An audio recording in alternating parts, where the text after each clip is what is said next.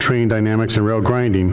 He has written more than 100 technical papers and reports.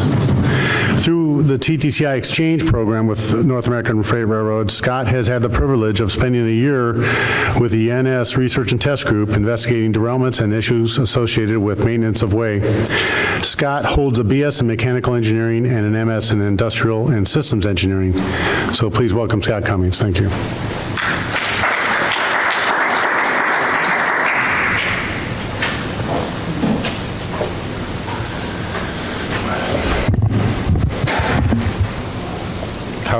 Can you hear me? Does that work? Okay. So you might be able to tell from the large list of authors there, it may be possible to stump this presenter with a difficult question at the end here, but I'm certainly welcome to try and field questions for you. This work's been going on for a number of years, and the names on there really have done a lot of work. I'm trying to sort of summarize some of what they've done and some of the kind of takeaway elements there.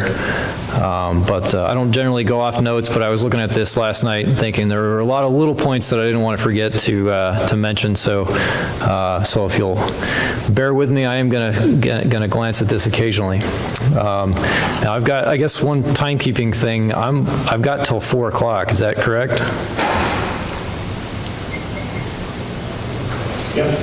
Okay.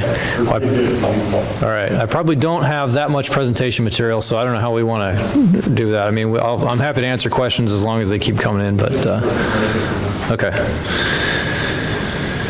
All right, so the title is Strategies to Improve Hot Bearing Detection, and this really is all work that came out of the AAR's Strategic Research Initiative on bearings. Really, why do we care about hot bearings? Well, 2 issues, safety and efficiency. Obviously, we don't want burn-offs. That's bad. I think if you look at safety statistics, the industry has gotten fantastically better at preventing burn-offs. So we're definitely making progress there. But also unscheduled stops is, hits you from the efficiency side. We're trying to avoid calling out bearings that as a safety issue if in fact they are not a safety issue. And so we'll refer to those as non-verified bearings.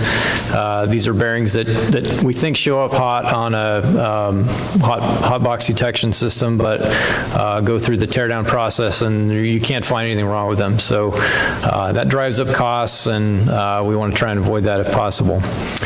In addition to what I'll be talking about mostly, which is wayside hot bearing detection, of course I do want to mention that there are some onboard ideas for monitoring bearing temperatures.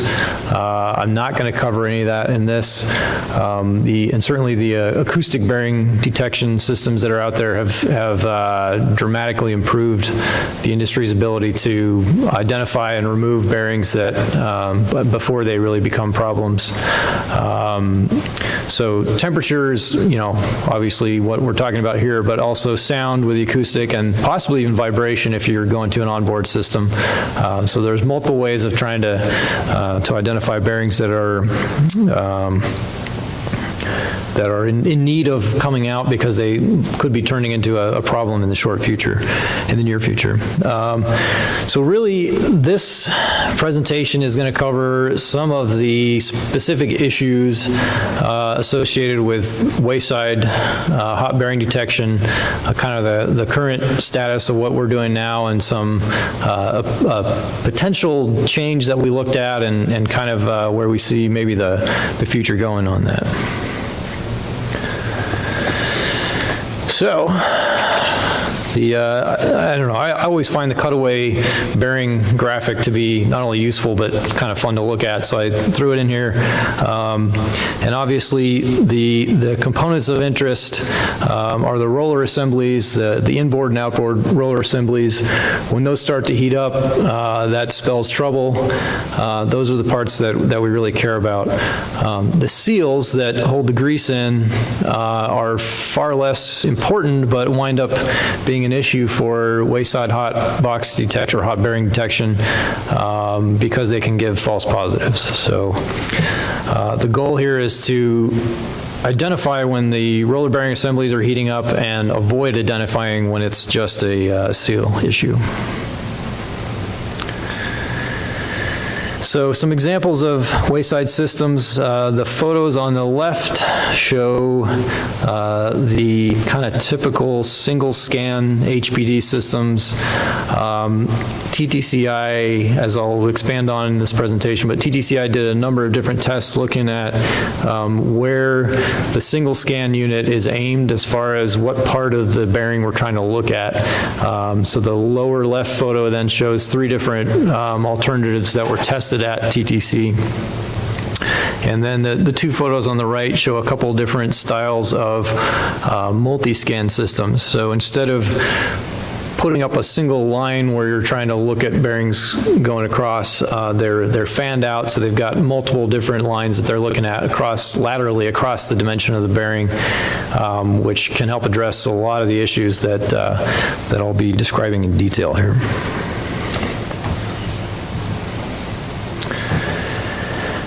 So I pulled this graphic straight out of a AAR research report, and I really liked it. I think it's very descriptive, and I struggled a little bit with trying to figure out where in the presentation to put it, because I think it actually covers a lot of the issues all kind of rolled up into one graphic there. So what we're looking at is the blockages that a wayside hot bearing system might encounter with a passing axle. So typically HPDs are set up to scan at a 45-degree angle, right? And so as a truck rolls past, the pedestal jaws are not of the truck are not symmetric, and what that means is that if you are scanning laterally in the dimension where the pedestal jaws are at, you can get a different opportunity to view the bearing, whether you're looking at the leading bearing or the trailing bearing, depending on how your detector is set up. So it's either going to point 45 degrees in one direction or 45 degrees in the other direction, but it's going to be fixed, right? And so every other axle you look at is going to have, if you're in line, if you're set up to scan in line with the pedestal jaws, is going to get some blockage from the pedestal jaws, and it will depend to a certain degree on whether it's the lead axle on truck or a trail axle on the truck, as far as how much of that bearing you're going to be able to see. In yellow is shown what would happen if you pointed that HPD straight up. And so instead of looking at a 45-degree angle, you're looking just vertically. And you do get you lose some of the issues, some of the problems associated with blockages. And then in the upper right corner of the photo, they've called out the relative dimensions that each of those 3 different scenarios would allow the HPD to scan the bearing. So the yellow dimension is the longest. The bearing is exposed to the HPD head for the longest amount of time. You get the best chance of getting an accurate read on that. The blue, or if the truck is traveling from, in this picture, from left to right across the screen, blue would be the leading axle position. Is slightly shorter, but not as short as the green, where you're getting more blockage from the pedestal jaw there. And of course, important to point out, and it'll become obvious as we go through this, but the way HPDs are set up currently, the standard setup at 7¼ inches from the rail gauge point should not experience blockages from the pedestal jaws, and that's going to turn into an issue that we'll see later on in the presentation.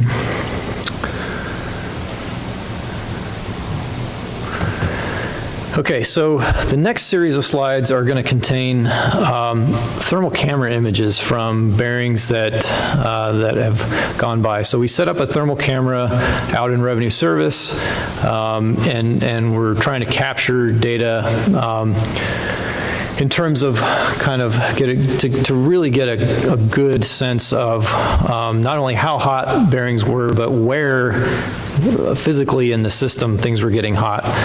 And relatively speaking, if you looked at a different lateral location in that bearing, what answer would you come up with? And it's not the same based on where you are at laterally. So, one dimension may give you a different answer than a different dimension. So what we're looking at here is sort of an underneath and slightly angled shot of a bearing. The pedestal jaw on the side frame is the kind of cool block there. And then what you can see is hot in this photo is the outboard seal. You can also see the axle, and then up in the upper right-hand corner, although it's not shown, that's where the wheel would be. So just to kind of orient you in terms of this figure. So this obviously, as I said, is an example of a hot outboard seal, and just indicates that, you can get hot seals without having a hot bearing, and that's what we were trying to avoid here. So similar picture, only this time we've got the inboard seal that's hot. And this is particularly a problem for the kind of standard 7 1/4 inch configuration that we're using today, because that's right about where the HPD is focused. And so this bearing has a good potential to be a no cause found bearing. In other words, it's going to trigger the HPD to say, oh, I've got a hot bearing, I need to do something about this, pull the bearing out, and there's actually nothing wrong with the innards of the bearing. So this is not a safety concern here, but it can cause some problems efficiency-wise. This is what we're looking for. So we've got a hot cup.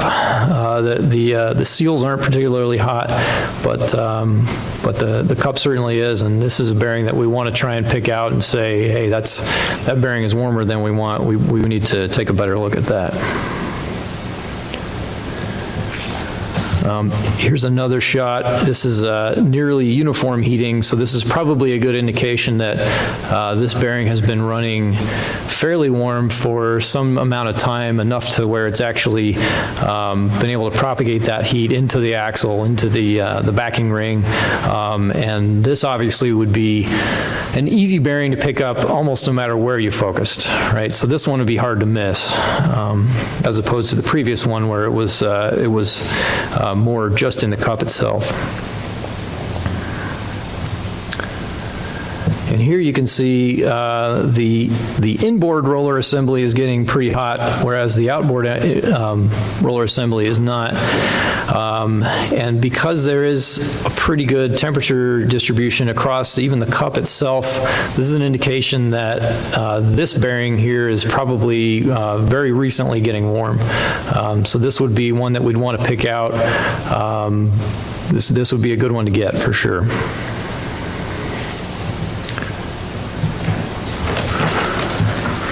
Okay, on to some of the issues that cause some struggles. Bearings are not all the same size. So we've got some graphics here showing E, F, G, and K style bearings. And on each of those, we've superimposed 3 different dots indicating in red 10 1/4 inches from the rail gauge point, yellow 8 1/4 inches from the rail gauge point, and in white 7 1/4 inches from the rail gauge point. And it's not a small point because the HPD has a certain area that it's scanning. It's not a real fine point. It does have some radius to the scan itself. But what you'll notice for the E, F, and G bearings, that white dot where we tend to scan now is very close to the cup. It's actually, it is focused on the inboard seal, but it's very close to the cup. So we can probably get cup temperatures, as long as the inboard roller assembly is getting fairly hot with that white point there on the E, F, and G bearings, we'll probably be okay picking that off. If you look at the K bearing, though, the 6.5 by 9 on the far right, that white dot is moved farther onto the backing ring and further away from the cup of the bearing. That can be problematic in terms of now we're looking definitely more at the seal and the axle, that change in dimension creates a problem for a fixed wayside system that's got to pick a certain spot to look at, be set up that way, and sort of stay that way. So that's one of the issues that we struggle with. I guess, and another point here, if you look at something like the yellow dot on all four of those bearings, that yellow dot is riding on the cup itself rather than over on the seal or on the backing ring. So that's some of the motivation for possibly looking at alternative scan locations. This was another graphic I pulled out of the same research report. I found this pretty interesting. So in addition to the bearing sizes themselves causing some issues with trying to figure out exactly what it is that you're scanning, wheel sets don't necessarily track perfectly centered up down the track, and so we know that asymmetric wheel wear is an issue, a fairly common issue. Warped trucks are another issue, and either of those issues can lead to your wheel set translating laterally a little bit one way or another. And when it does that, you wind up not necessarily scanning the cup like you want.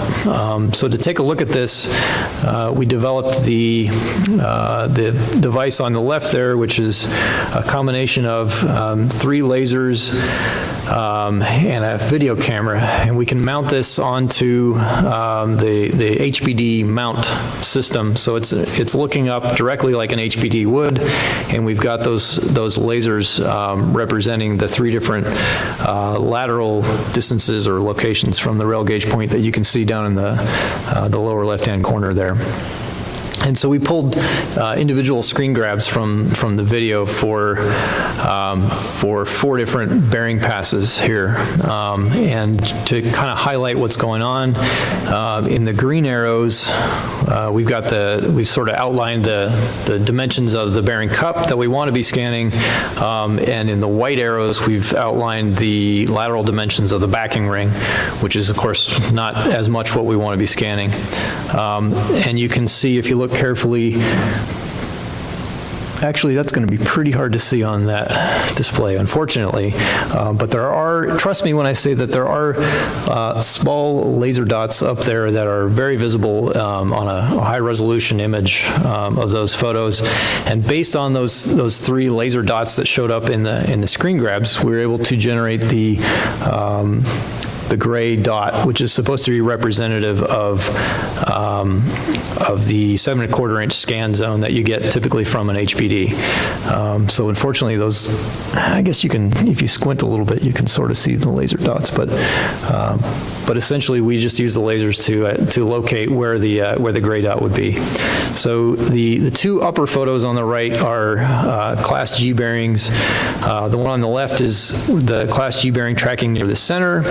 The photo on the upper right is the Class G bearing tracking to the left of the image, and then the lower image in the center of the slide is a Class G bearing tracking to the right, and you can see that the gray indication for the HBD scan has now fallen off of the cup, and it's scanning the backing ring and a bit of the seal there.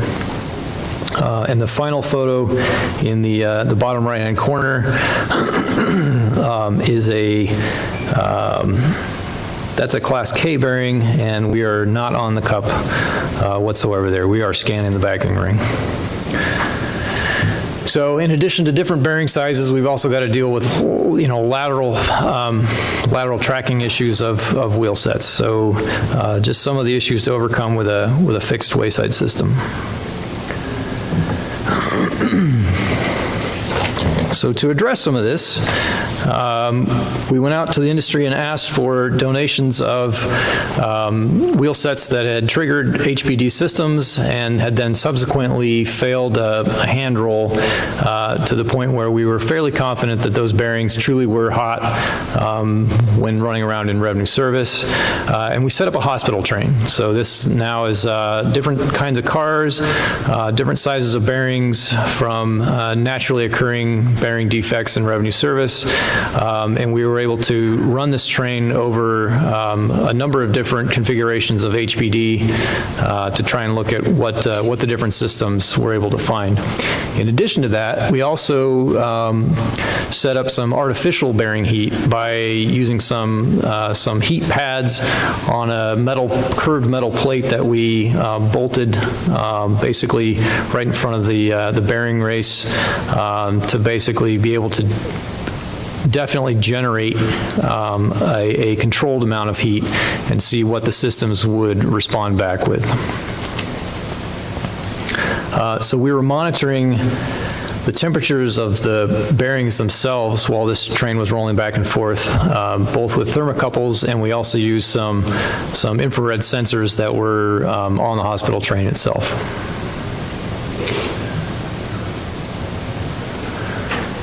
Well, we were able to generate lots of data with this and made lots of scatter plots. This is just an example here.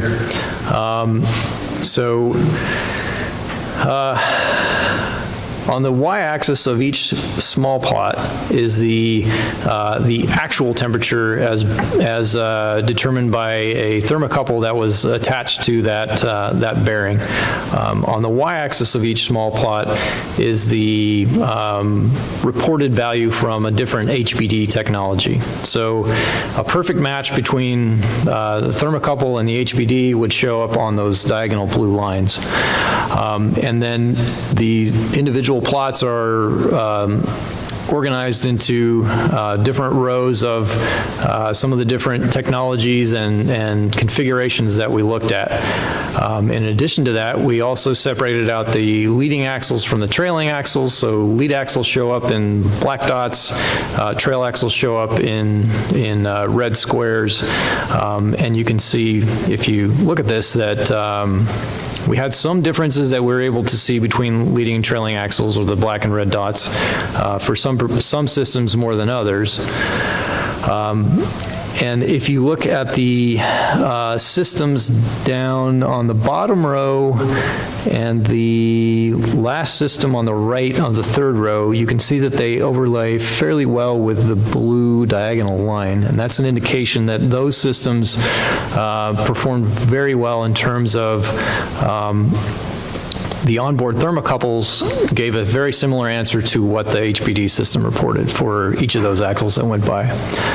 So that's just a qualitative way of saying that those systems performed well. As you look up at the upper plots there, you can see that the data scatter tends to be a little bit below the blue diagonal line, just an indication that we're getting some discrepancies between the thermocouples and the HPD systems. So what we've got up top is kind of what's out there currently in the industry. As you move down, we're looking at some different configurations, and the ones that I pointed out near the bottom are the multi-scan systems. So to kind of wrap our arms around this whole thing and come up with some a path forward based on all of this testing, we did a gauge R&R study, and I'm not going to go through how that all works and what the value in the nominal ranking is, partially because I'd probably want to call Tony in here to help me explain all that, but I will say that we were able to rank order the different HPD systems that we were testing. And you can see at the bottom of that table in blue is the least best, is the current setup at 7¼ inches from rail gauge point. As you move upward in that table, you're getting to a better result in terms of matching onboard thermocouples to what the HPD results were. And up at the top in green, you can see that we've kind of grouped the multi-scan systems together, and they were definitely strong performers. The row in yellow, the third row, is single scan systems at 45-degree angle, and instead of aiming 7¼ inches from the rail gauge point, we've just tilted them out a bit, and now we're looking at 9 inches from the rail gauge point. So the appealing thing about this is we can use all the same hardware. It's just a change in setup, and we were able to achieve a pretty substantial improvement in performance in terms of our gauge R&R study. The second line there, single scan vertical, at 9½ inches from the rail gauge point, was actually even better than single scan at 45 degrees. But there are some issues associated with that. I think the people in the industry in the know refer to it as sky shots. Basically, if you're aimed straight up, what you're trying to do is compare bearing temperature to some other object, and if you're aimed straight up, a lot of times you're looking at the sky, which makes it difficult to then compare the bearing temperature, and you can get some anomalous readings. So in our testing that we did, that setup looked pretty good, but it's been tinkered with before, and kind of determined that probably wasn't going to be a path forward for the industry. So we focused instead on the multi-scan, as well as looking at single scan and just tilting it out a bit more, looking at 9 inches from the gauge point.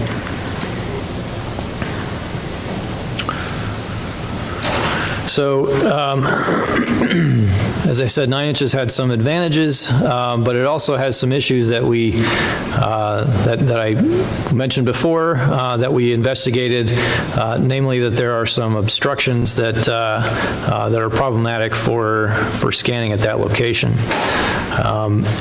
So to really explore that issue, we put together a SolidWorks model of some of the components that might provide some obscurement for an HPD scan at 9 inches, and we're able to then project up what the beam would look like and see whether or not it was going to get blocked. And although the pedestal jaws were an issue, the frame key also can add some issues, some problems to that. But it was really the frame brace mount that you can see there in kind of the darkest green color that was very problematic. And while frame braces are not necessarily a huge portion of the population of truck side frames, we need to be confident that we can scan bearing temperatures on every car out there. So this really is a problem for moving to the 9-inch scan distance. In addition to that, something that was mentioned to us was at 7¼ inches, you are able to scan bearing temperatures from some locomotive styles. So we put together a little jig with some very bright lights, you probably can't recognize the gentleman on the far right there, but I'll tell you that's Todd Snyder from UP, who helped us out by sticking the jig underneath some locomotives in the shop and snapping a photo of the image, just to give an indication of where the different scan distances might show up on different styles of locomotive. So the locomotive on the left, you are able to scan a chunk of metal close enough to the bearing to be able to potentially get some useful information out of that in terms of locomotive bearing temperature at 7¼ inches, whereas at 9 inches, you're not going to get anything useful out of that. The locomotive on the right, you're probably, unless that bearing is just incredibly hot, you're probably not going to get useful information out of either of those scan distances. But point here being that there would be some loss of potential information if we moved, in terms of locomotive bearings, if we moved from 7¼ inches out to 9 inches. Another thing we did to explore this potential change was put some sites out in revenue service where we had co-located a 7¼ inch detector and a 9-inch configured detector.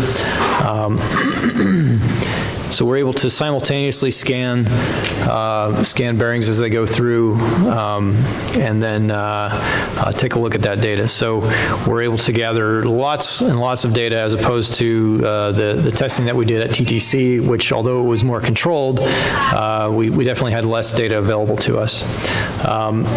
So what we can see when what we did was we broke down the reported data values by car type, which is what you see on the bottom plot there. So those are different Umler car types, and so for each car type in comparison, you've got the 7¼ inch data on the left and the 9-inch data on the right. And what we saw was that for some of those car types, we did see some more extreme outliers at the 7¼ inch setup configuration. So unfortunately, trying to track those individual bearings and figure out whether or not that was a truly hot bearing or if that was a hot seal or what exactly was going on there was incredibly difficult with revenue service data and the way that HPDs report at this point. So we weren't able to, we can't actually say whether or not those extreme outliers were true good reads that we needed to know about or whether they were false positives. But the point here being that we didn't want to take a chance of missing a hot bearing because we were obscured by something that might be in the way.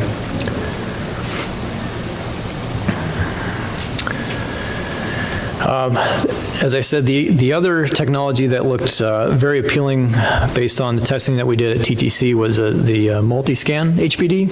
So the idea here is that instead of measuring one lateral position as the axle goes past, you're getting more than that. So 4 to 8 different individual scans. It allows you to eliminate problems with hot seals versus hot cup, and you're just getting a lot of redundant data that helps you dramatically improve your confidence in the HPD reading. So we're getting rid of false positives for hot seals, as well as being really more comfortable with the values that we're getting from the cup itself. We've got some testing going on currently at TTC and in revenue service sites, trying to compare the values that we're getting from multi-scan HPDs to kind of the more standard single-scan HPDs, and we'll be reporting on that in the near future.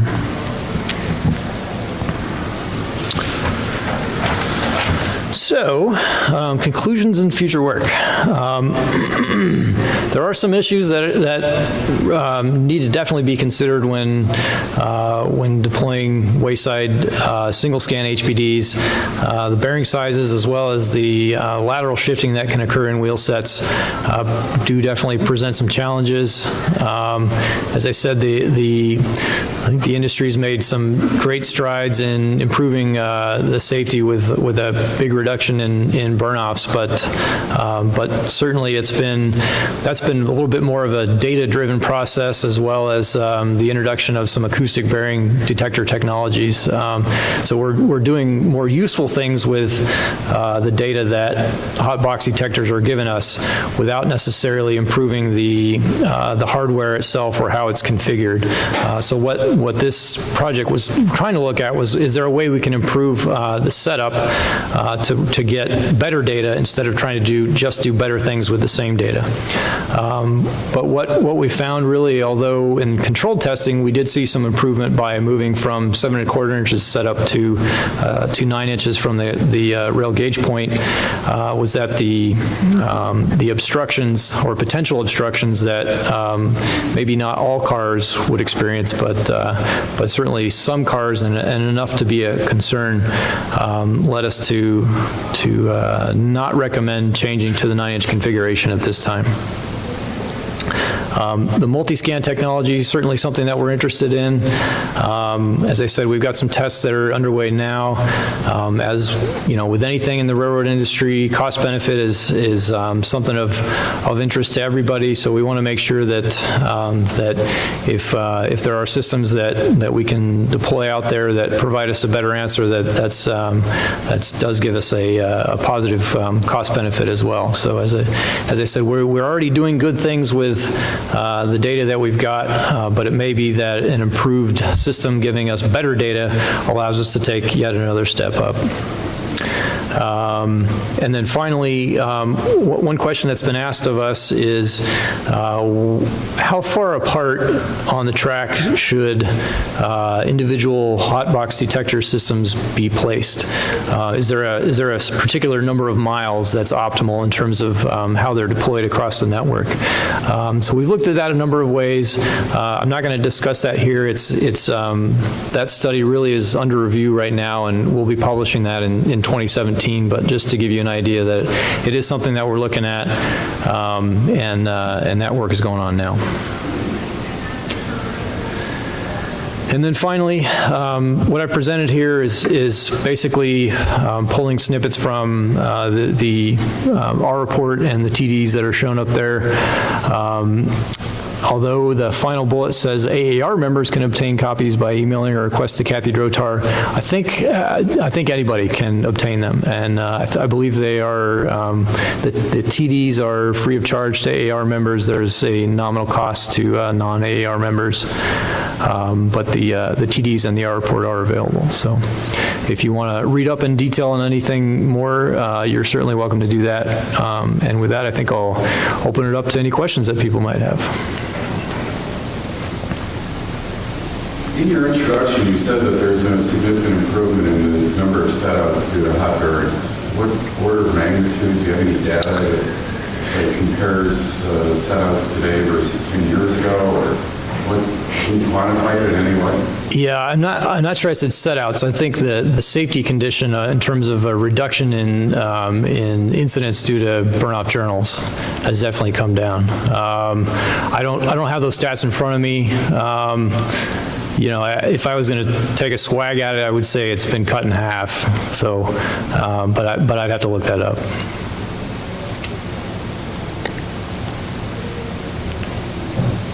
So another problem with the vertical look was, I heard, was keeping them clean so that, because it was looking at vertical, setting that area with deposit on it, and then the scanner can see through the film. Is that correct? I believe that's true. And then my other question is, in the past, we did this research 25 years ago, and are the detectors, is the sensing technologies increase in speed to where maybe they could somehow dial it in so they don't have to see as much of the bearing and spend less time on the bearing surface to get a good read?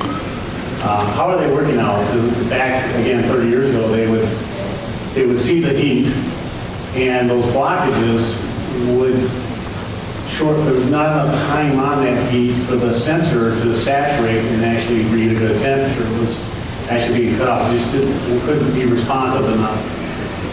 Is that still the case today, or is it a different mechanism that cause that blockage to affect us? So if you look at the second to last bullet, it sort of alludes to the fact that the vendor recommends a minimum window for being able to get an accurate scan there. So probably not the right person to ask about the technology and whether or not that's improved enough to change that dramatically. But I will say that the blockage from the frame brace mount, in this case, reduced the window of opportunity for the HPD down below what the manufacturer was recommending. So I think that's probably the same issue you're talking about, where you need a certain amount of time for the infrared energy to trigger the HPD to register the temperature.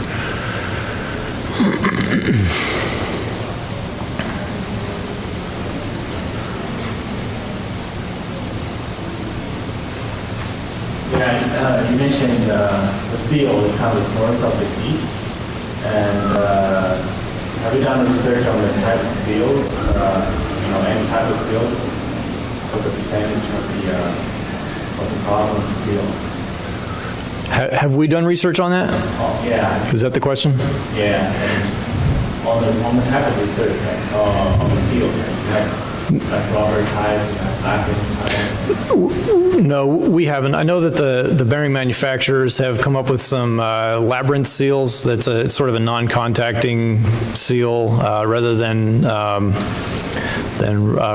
rubber rubbing against steel and generating heat. It's a non-contacting seal that's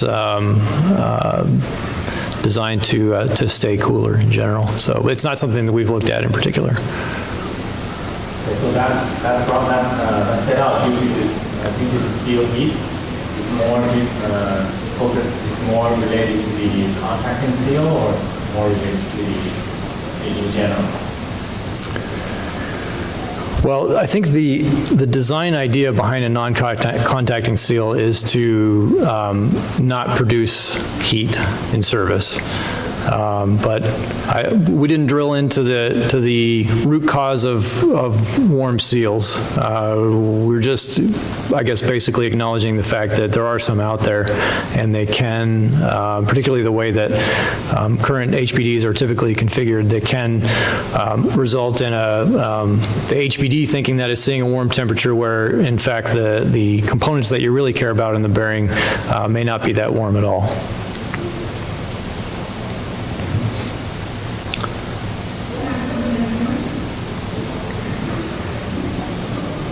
Okay, thank you much.